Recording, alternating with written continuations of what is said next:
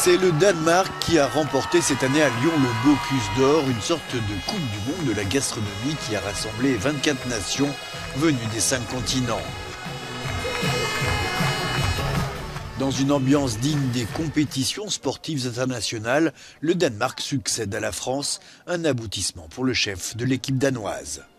Pour nous, chef, c'est le plus grand. Définitivement, il n'y a rien de plus grand.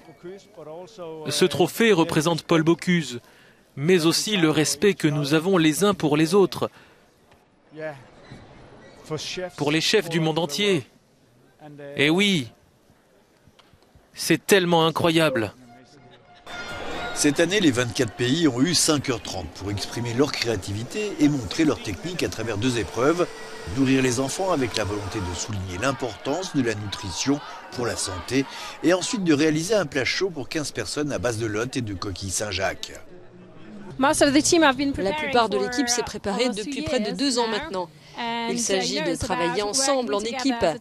Il s'agit d'être le meilleur avec ses assiettes, d'avoir les meilleures pratiques, d'avoir le meilleur comportement et de mettre en avant sa propre culture. Il ne s'agit pas seulement de cuisiner, il s'agit de mettre en avant sa culture. C'est une expérience fantastique d'être ici tout d'abord, mais aussi de juger les 24 équipes. Et bien sûr de juger la Norvège aussi. C'est un grand plaisir. Mais c'est toujours difficile et parfois vous êtes plus dur avec vos compatriotes, vous savez. La Norvège, l'un des grands favoris, a terminé à la 2e place, suivi de près par la Hongrie. Le Danemark remporte son 3e trophée dans cette compétition, créée à Lyon en 1987.